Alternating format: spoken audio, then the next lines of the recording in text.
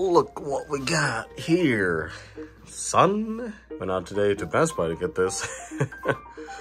Look at that. My first OLED. Cool.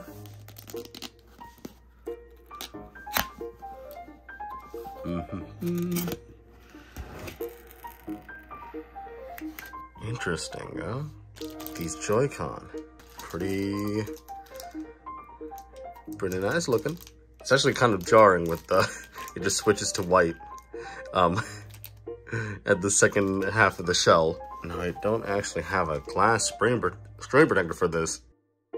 Coolio. Let's go. Oh, the dock. The dock is the thing that I've been most wanting. It's a little bit difficult to get out of this with one hand.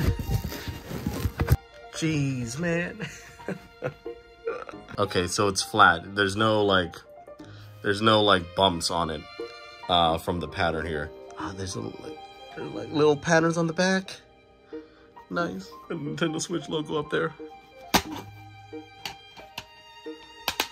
This is my first Switch OLED, besides my launch Switch, which has like a broken speaker. Pretty nice. And we have all this like mumbo jumbo here that don't really need to go over, huh? just the simple stuff.